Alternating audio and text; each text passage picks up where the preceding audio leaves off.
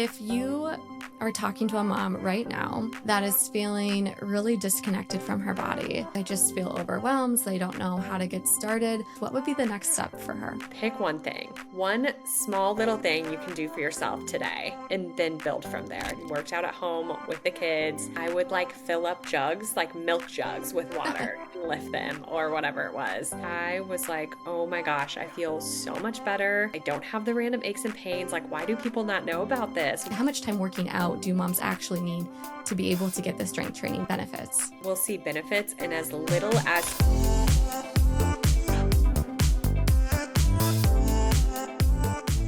Kaylin, welcome on the podcast, What About Mom? I am so excited and honored to have you here today. Kaylin actually is a coach inside your postpartum PT and wellness.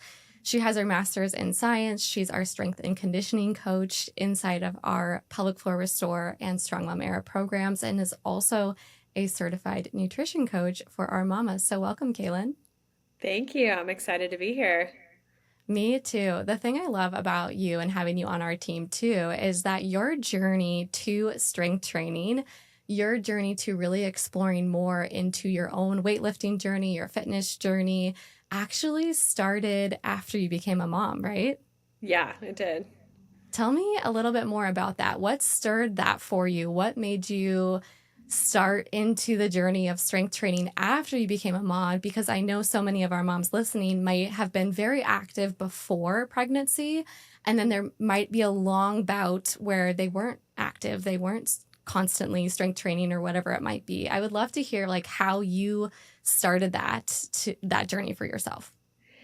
Yeah, I would consider myself active before. I very much fell into that category of lots of walking, lots of hiking, lots of doing stuff with the kids. But I never strength trained regularly. Honestly, I was like, ew, I don't like lifting weights. That's not fun, right? And once I had kids, I had random aches and pains, and they were just little things I was starting to notice. And I was like, is this life because I'm a mom now? Is this me getting older? I don't know. But I also realized that just the walking and just the hiking and just these things weren't really giving me what I needed from a mental health perspective anymore. They used to be kind of how I coped with stress, and it just was no longer totally fitting the bill. So I decided to get a strength training program and just get started, and I worked out at home with the kids. I didn't even own weights at that time. I would fill up jugs, milk jugs with water and lift them or whatever it was. And once I really got consistent with that, I was like, oh my gosh, I feel so much better. I don't have the random aches and pains. Why do people not know about this? Why do people only weight lift because they think it's about changing how their body looks? And for me, it quickly became so much more. It was just so good for my mental health. I knew if I skipped a few days, I just wasn't going to feel as well. And I just felt better all around. I felt more confident, and those little aches and pains were gone. So then I was like, more people need to know about this. We need to spread this message and make it not totally about how your body looks, but how you treat yourself and how you take care of yourself. So that's when I decided to jump fully in and go back to school, get my master's degree in exercise science. And then, I did a handful of certifications so that I could spread that message and support other women in similar journeys. I absolutely love that. And your journey specifically really resonates with me too, because I've always looked at health and fitness and strength training more from a perspective of how it makes me feel from a mental, emotional standpoint, how it makes me feel more confident. And it's not always about body composition and losing weight. And yes, those can be absolutely amazing and incredible side effects of consistently strength training, but there are so many other health benefits, not to women and mothers specifically, that really do need strength training. I often find too, a lot of moms have these complaints, after they have their children. Oh, my back hurts, or I have such low energy, or I really want to feel more confident in my body, but they really don't know where to begin. And I also think that there's like this competing message at the same exact time that mothers are fed after they have their baby that they need to quote unquote bounce back. So, what would you say to the mom that really feels that pressure, that feels, oh, I just had a baby, I need to bounce back? What would you tell them to focus on? And when is a safe time from your expertise, your experience, for them to start focusing more on strength training? Yeah, I think it's so hard with the messaging that surrounds us postpartum. It's interesting when you become pregnant, like people suddenly think they can comment on your body, and it's like probably never happened before, right? And then it kind of continues into postpartum and you get all that like bounce back messaging. But I think, and I also think when you're postpartum, your body doesn't feel like it used to. So it's easy to be like, yeah, I want to get back to where I was, right? But you just grew a human. You birthed that human. And now, like, maybe you're even feeding that human if you're breastfeeding. Like, your body is going to feel different. And you really need to honor that season. Amen, So sister. just I from my experience, I think that early acute rehab is so important. Even if you're lifting weights before, even if you lift weights through pregnancy, making sure you're not jumping back too soon and really go through that rehab phase. And not just skipping these steps because you're so eager to bounce back. Like it will do you a disservice in the long run. So I would say focus on that at first, and then depending on what you were doing prior, it depends. It's like probably 12-ish weeks that we would start easing you back into strength training. But yeah, it is like a progressive system. And now if you don't do that early acute rehab, like right away postpartum, then like we still want to have some of that foundation before you jump back into strength training, even if you're like 4 months postpartum or further down the road. Yeah, But that's such a really, great point. yeah, really also the just like honoring the season you're in, and your energy demands are going to be different. So you need to take it slow and make sure you're nourishing your body and focusing on healing and recovery prior to worrying about anything else. Yeah, absolutely. I mean, you bring up such a great point of a lot of moms get to that phase where they're like, well, I just want to feel like quote unquote myself again. And so they just go to the gym and they start body weight exercises. And that's still kind of skipping two steps, in our opinion, the way that we train clients after having babies. We really focus on that early rehab, pelvic floor and core rehab first. And then we progress you into more body weight exercises. And then we progress you more into strength training where you get to work one on one with Kaylin, really honing in that progressive overload plan.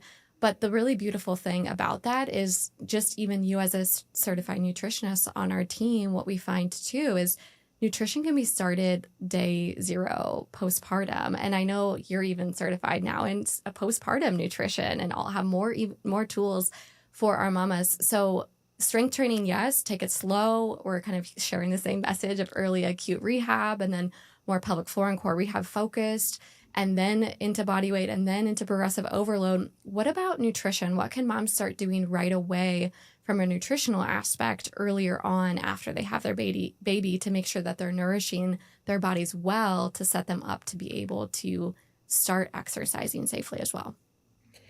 Yeah, your energy demands are so different. You need to, your body's demanding more energy because you just birthed and it's trying to like, heal and all of that.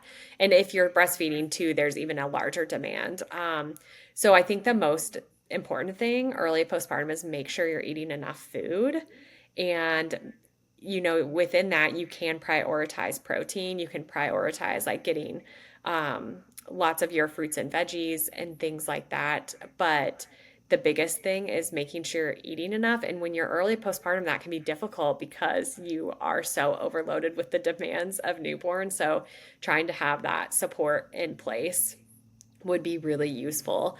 And you're going to, even if you are worried about body composition things down the road, like setting yourself up early postpartum is fine with just creating some of these habits, making sure you're drinking enough water, making sure you're eating enough, that you're not skipping meals. Those are the big things.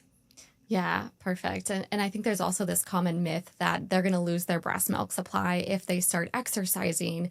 And that myth has been debunked throughout research multiple times, right? It really is more about the nutrition that they're feeding their body that's, promoting a good, healthy breast milk supply versus, oh, I'm trying to lose all this weight and strength train. It's likely because they're not, nourishing their body well enough. So that message of really focus on nutrition first and then adding in strength training and rehab as an addition to that. Yeah, totally. And yeah, we see a lot of moms that are concerned about losing their breast milk, but it truly, if you're fueling yourself properly, you can start exercising and maintain your breast milk supply for sure.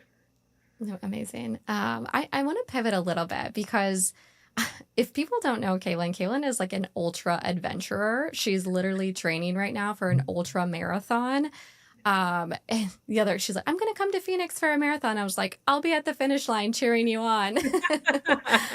But one thing I love about you, Kaylin, is you really look at strength training. Not only is it giving you side effects of gaining muscle and all of the metabolism health benefits and, the body composition and the weight loss that can come from that, but you really view strength training as a pivotal thing that all moms need to do because you also cross train utilizing strength training as a piece to that. So what have you found that strength training has also given you to be able to be a better runner and a triathlete and an adventurer? Yeah, strength training is so critical regardless of like if you're just trying to play with your kids or if you're training for an ultra marathon because especially as we age, we lose that muscle. And unless we're doing something to maintain it, we're going to start losing it. So it's maintaining your muscle and protecting yourself from injury, which benefits like me now, right? When you're increasing your running volume, like you want to be really careful that you're not doing anything to injure yourself.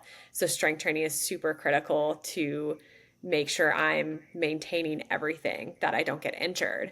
But I also think regardless of your goals or what you're training for, like that's true in everyday life.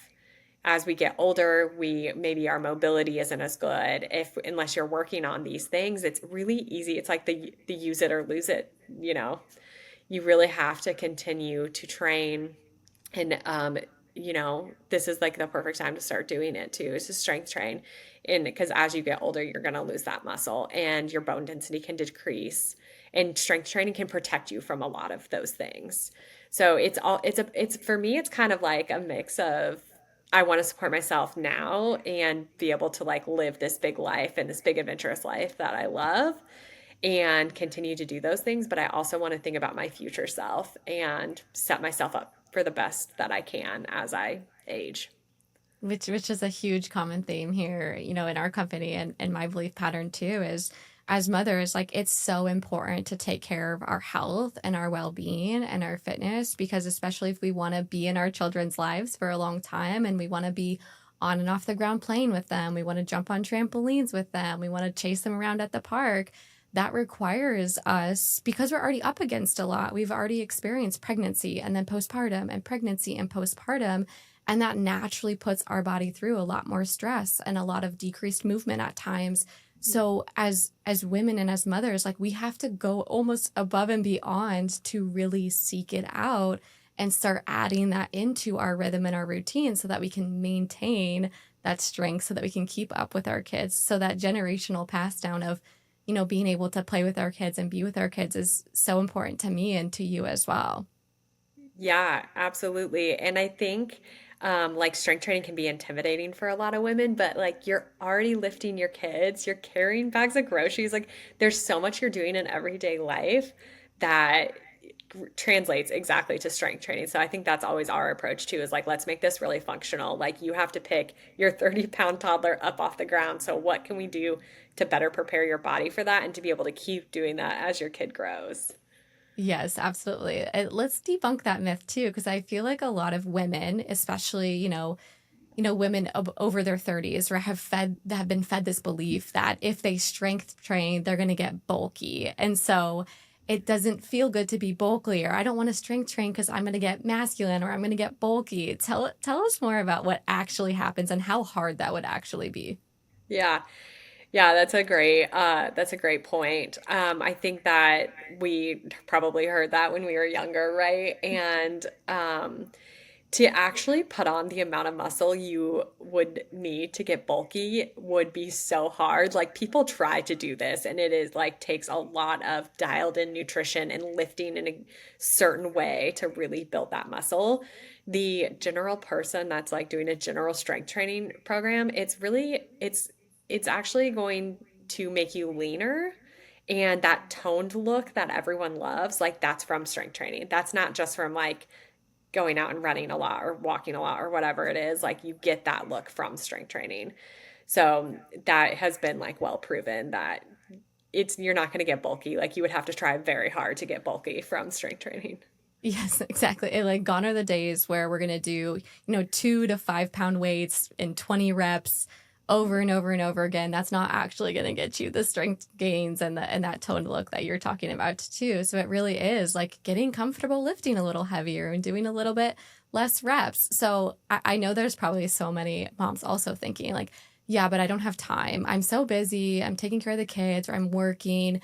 So, how much time does it actually take, or what would be a great starting place for moms to get started weightlifting? I know obviously what our clients do and what we found is like the secret sauce and our method to getting moms results. But I'd love to hear from you too of how much time does it actually take, or how much time working out do moms actually need to be able to get the strength training benefits? Yeah, you will see benefits in as little as 2 days a week. Like 30 to 45 minutes, 2 days a week is the minimum, right? And 3 days a week is great. That's like kind of our preference, what we see the best results with. It just depends on like what season of life you're into. I will tell you, like right now, training for an ultra, I'm lifting twice a week for 30 minutes. That's all I'm doing.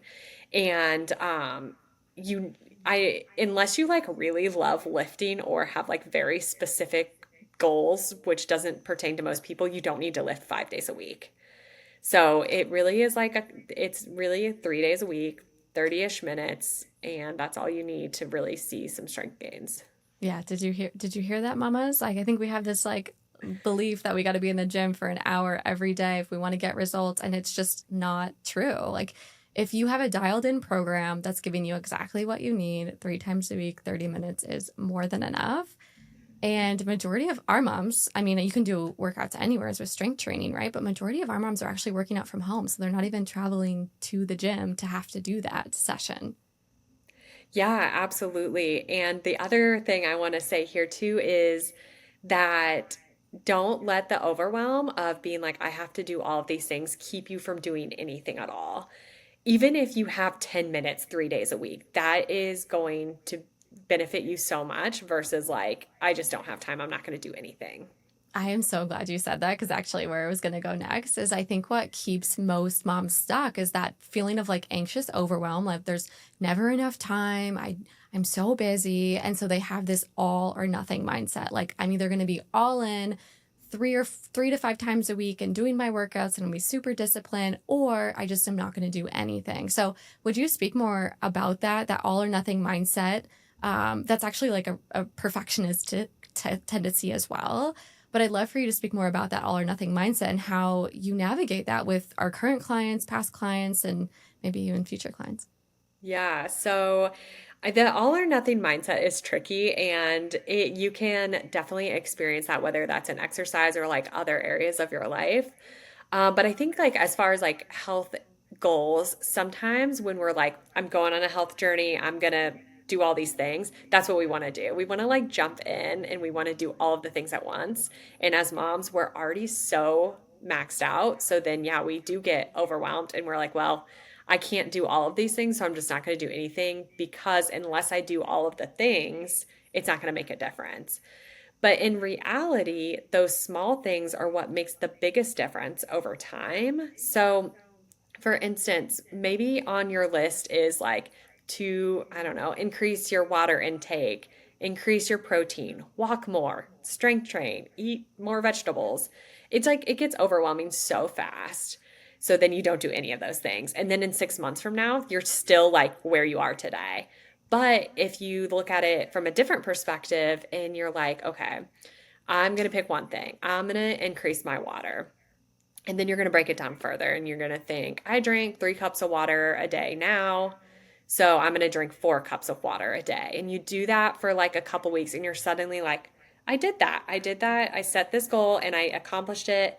Now you're gaining momentum and you see a difference because you've stuck to this very small habit. And then once you've mastered that, it's easy to kind of add in some other habits. And then in 6 months from now, you're in a totally different place because you let it be easy. You let yourself pick that one small thing.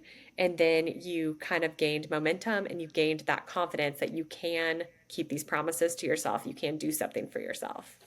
Yeah, and don't you think that's just such a shift in mindset? Like it's a paradigm shift too of feeling like, oh, I'm going to go on a diet or I'm going to work on my health for the next 6 months. And while short timelines can be helpful if you have a very specific goal that you're working towards, I mean, our belief system, and that's why I love having you on our team as our coach, is like our belief system is long-term sustainable changes. And so it comes more from like a habit and behavior psychology standpoint of like, let's just get some micro wins for you. Let's just stack some small sustainable habits over time and do it in a really manageable way because we are all busy and we do have one to multiple children. And maybe we're also working outside the home or working inside the home, or God forbid, having multiple kiddos at home and staying home with them also feels like a 9 to 5 job as well. So we are all busy. So that mindset of like, what small thing can I do today consistently over a period of time, day by day, week by week, month by month, really does add up versus like what you were talking about, which we see all the time happen is mom's not doing anything. And then 6 months goes by and they're like still in the same spot and they almost beat themselves up even more versus just picking one small habit every day and then stacking that with new habits. So I love like that your approach, our approach is really rooted in habit and behavior change so that we can really make this a lifestyle and sustainable for you versus feeling like we're only going to do it for 6 months. And that's that all or nothing mindset because what happens after the 6 month program is ended? Hmm.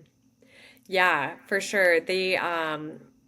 I think it's easy to fall into that trap too of and maybe you've been burned before by other coaches who gave you a really strict program and it was probably great while you had that person, but then when the program ends, you're like, wait, but now what do I do? Because I don't want to stick to this really strict thing forever. It's not Mm, sustainable. So the yeah. behavior change is really like a missing piece, I think, in a lot of the fitness world and coaching programs is unless you're really taking into consideration that behavior change background of it and what actually creates that sustainable change, it's hard to create those habits that are going to last you a lifetime. Yeah. And sometimes that habit and behavior change can't happen because we just have lack of access to education and information too. I know with a lot of our clients that we get started, we're just talking about the basic principles of food at first. Like, do you know how much protein you should be eating per day? Do you know what your caloric intake should be? Do you know how to portion your meal if you don't want to look more specifically into macros? How do we do this a little bit more intuitively? And how do you set up your plate in a way that you're still going to get all of the nutrients, the macronutrients and the micronutrients that you need? So it doesn't feel so overwhelming and you're eating separate meals from your family because that's again like that all or nothing where it feels so unsustainable, where people feel like they have to be on this diet and have a quote unquote meal plan. But it's the question really becomes what if we could teach you and help support you learn how to put your own plate of food together that is going to nourish your body in the best way? Yeah, absolutely. I totally agree. Yes, absolutely. Cool. And tell me a little bit more like if you are talking to a mom right now Hmm. that is feeling really disconnected from her body and is feeling like they want to get started on something, they just feel overwhelmed, they don't know how to get started. What would the core message be for her and what would be the next step for her? Yeah, so I would say pick one thing, one small little thing you can do for yourself today.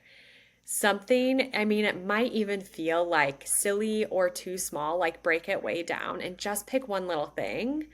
And then be confident that you can do that today and maybe for the next few days or the next week, even if like mom life gets crazy and, it's something, whatever always happens with the kids. The schedules change, somebody gets sick, whatever it is. Like it needs to be small enough that you can stick to it even during those times. And then just try to keep that promise to yourself that you're going to do this and then build from there. Just like I think it's hard, I think, as moms too, like, to think about ourselves and start small. But what is like one small thing you can do for yourself today? That's where I would start. And of course, if you want support, if like you want someone in your corner helping you, book a call with us and we can see if we're a good fit. But if you are just getting started and it's manageable for you to just pick one small thing.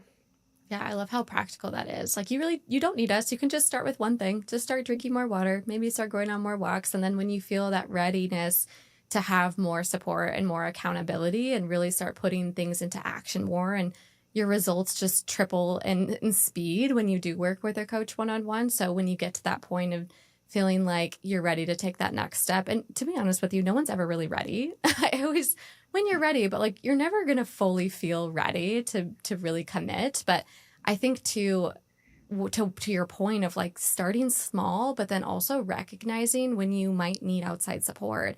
And there's nothing wrong with getting support and receiving support and having accountability and mentorship. Coaches have coaches. Kaylin has a coach. I have a coach, right? We all need coaches no matter how much we know and how much experience we have and how much education we have. There is something different about really having somebody be there next to you and hold you accountable, and sometimes just be like a person you can talk to back and forth to feel more supported and encouraged throughout the journey as well. Yeah, and I think also when you make that decision that you're like, I am going to get a coach, I'm going to get that support, I'm going to ask for what I need, and I'm going to get that support, it's a mindset shift. And I think that plays into how successful you can be when you do have that support because you have taken that ownership that, like, I'm going to do this and I'm going to ask for that support that I need. Yeah, and that's hard for moms. So listen back on our last couple episodes of asking for support, not permission, but that's definitely hard for moms. So we encourage you to kind of tune in and advocate for yourself and listen to that. Well, Kaylin, it was so amazing having you on today. I'm so glad that, our moms and our listeners could learn a little bit more about you and your background and how you got started. I hope that it has really given them encouragement and hope that you can start at any time. It's never too early and it's never too late, but having somebody in your corner can make all the difference. And I'm grateful that you were here and are able to drop your wisdom and to share with these mamas. Yes, thank you for having me. It was so fun.